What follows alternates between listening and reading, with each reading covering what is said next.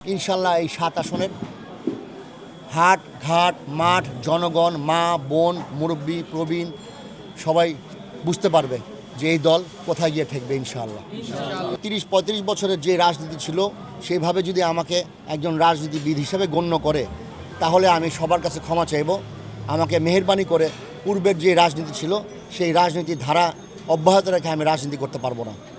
কিন্তু আগামীতে আমি বিশ্বাস করি যেই রাজনীতির দিকে আমরা অগ্রসর হচ্ছি, যেটা নাকি জনগণের যেটা অধিকার, এখন একজন যারা অন্যান্য দলের প্রার্থীরা আছেন তারা দল বল নিয়ে রাজপথে ঘোরাফেরা করছেন, তারা নিচ থেকে উপরে হাত দেখাচ্ছেন, তারা ফুল ছিটাচ্ছেন, তারা চকলেট ছিটাচ্ছেন, বিগত দিনেও দেখছেন।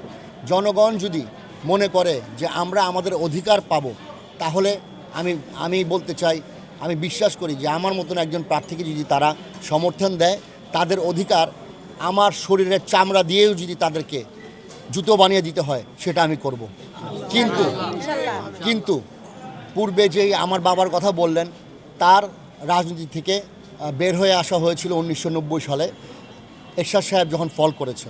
তার পূর্বের অতীত হচ্ছে তিনি জিয়াউর রহমান সাহেবের 1979 সালে জাতীয়তাবাদী দলের প্রার্থী হয়ে সাবেক যিনি মেয়র ছিলেন হানিফ সাহেব, মরহুম হানিফ সাহেব, শ্রদ্ধেয়ভাজন ব্যক্তি, তিনি তাকে পরাজিত করে আমার বাবা 1979 সালে সংসদ সদস্য নির্বাচিত হন। পরবর্তীতে জিয়াউর রহমান সাহেব ইন্তেকাল করার পরে আবার একটি নতুন দল গঠন হয়, জাতীয় পার্টি।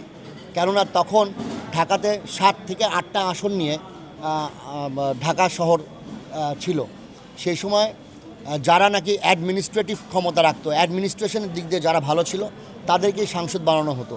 আমি কিছুক্ষণ আগে আমাদের আজকের অনুষ্ঠানে বলেছি যে একজন সাংসদের কিন্তু দায়িত্ব না আপনার সংসদের কাজ বা দেশের পলিসি মেক না করে, মানে তৈরি না করে সংসদকে আপনি অকার্যকর করে আপনি সাধারণ জনগণের পাশে অবশ্যই থাকবেন, কিন্তু ওনার জন্য দেখানোর জন্য একটা বিয়াতে গিয়ে হাজির হয়ে যাওয়া, একটা জানাজাতে গিয়ে হাজির হয়ে যাওয়া এবং সেখানে গিয়ে লাশ নিয়ে আপনি দাঁড়িয়ে আছেন যে তাড়াতাড়ি দাফন দিবেন, অথচ পূর্বে প্রেক্ষাপট ছিল এমন যে নেতা গিয়ে দাঁড়িয়ে আছে, লাশ গরমে কষ্ট পাচ্ছে আর নেতার বক্তব্য দিয়ে আসছে।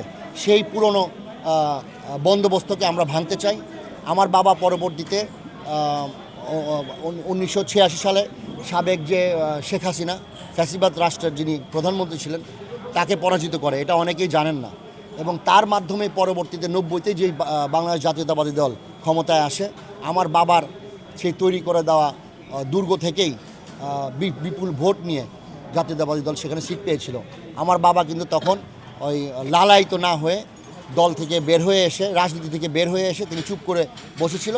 পরবর্তীতে তিনি রাজনৈতিকভাবে ছিলেন কিন্তু সামাজিক কর্মকাণ্ডের দিকে বেশি অগ্রসর ছিলেন এবং সে সমস্ত কাজকর্মই করে আসছেন।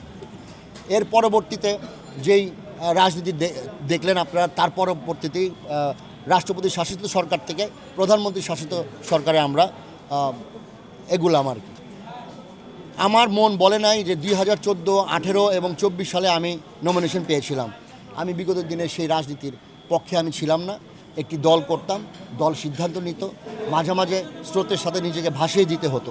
সেই সুবাদে আমি নমিনেশন নিয়েছি নিট অ্যান্ড ক্লিনভাবে। মানুষ আমাকে মনে করেছে, কেননা একটা নমিনেশনে একটা প্রার্থী বের হয়ে আসাটাও কিন্তু বোঝা যায় যে সে নিট অ্যান্ড ক্লিন প্রার্থী। তো সেভাবে আমি 2-3 বার নমিনেশন নিয়েছিলাম, কিন্তু আমি নির্বাচন করি নাই। আমার নীতি বলে নাই যে নির্বাচন করাটা ঠিক হবে। এইবার একটি নতুন দল গঠন হয়েছে, যেটা আমি পূর্বে উল্লেখ করলাম যে জনগণকে দুঃস্বপ্ন দেখাতে না, জনগণকে যেটা বাস্তববাদী স্বপ্ন, যেটা বাস্তবতায় আমরা রূপান্তরিত করতে পারবো এই নতুন প্রজন্মকে। নতুন প্রজন্মের কোনো চাহিদা নাই, নতুন প্রজন্ম চায়, মনে প্রাণে চায় যে এই রাষ্ট্র সংস্কার হোক।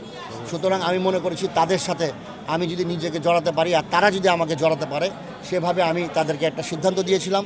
তারাও আমাকে চেয়েছে, বিধায় এনসিপির থেকে আমাকে নমিনেট করা হয়েছে। এখন নির্বাচন করব এবং আমি দৃঢ়ভাবে আশাবাদী যে আমার মন যেহেতু বলছে যে গত নির্বাচন করি নাই, এবার আমার মন বলছে যে এই নির্বাচন করতে আমরা আগামীকাল থেকে আমাদের প্রচারণা শুরু করব। ইতিমধ্যে সামাজিকভাবে আমার অনেক প্রচারণা রয়েছে, যতটুকু পারি মানুষের জন্য করি। মানুষ জানে কে সত্যি কে মিথ্যা।